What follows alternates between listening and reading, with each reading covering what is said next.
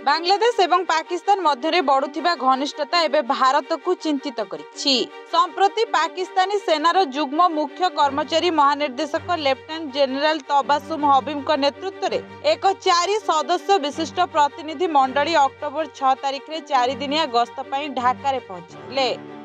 पाकिस्तान यहाकू एक सदिच्छा गस्त भाव में वर्णना करिछि, किंतु एहार प्रकृत उद्देश्य हेउछि दुई देश मध्य प्रतिरक्षा संपर्क को मजबूत करबा।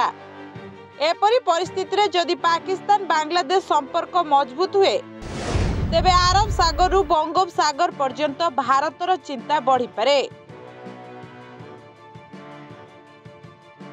मोहम्मद यूनुस खेलुछंती डबल गेम।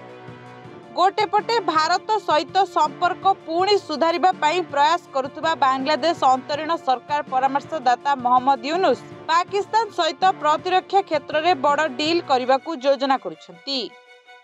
पाकिस्तानी गणमाध्यम रिपोर्ट को उद्धृत करी मनी कंट्रोल रिपोर्ट करिछि जे पाकिस्तान प्रतिनिधि मंडल रे जड़े कमडोर एवं पाकिस्तानी नौसेनार जड़े मेजर रैंकर अधिकारी अछंती।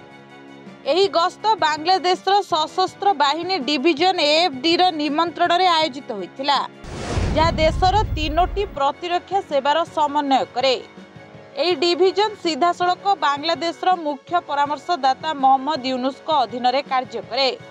एएफडी ऑपरेशन एवं योजना निर्देशालय गत मासरे निमंत्रण को चूड़ांत करिथिबा जणा पड़िछि।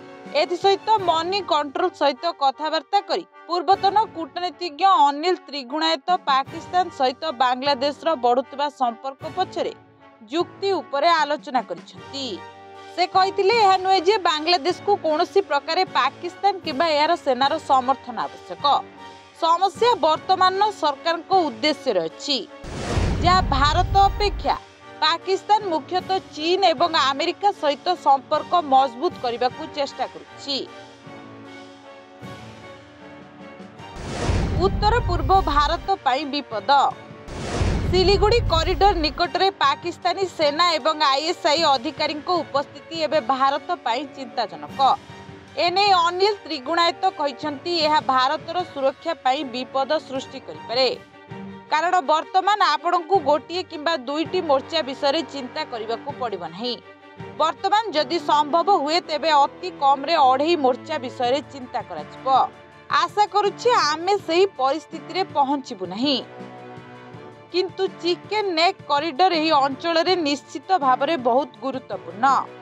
एसहित से यह भी दर्शाई जे किपरि बांग्लादेश अमेरिका चीन एवं पाकिस्तान सह युद्धास्त्र डील करुछि।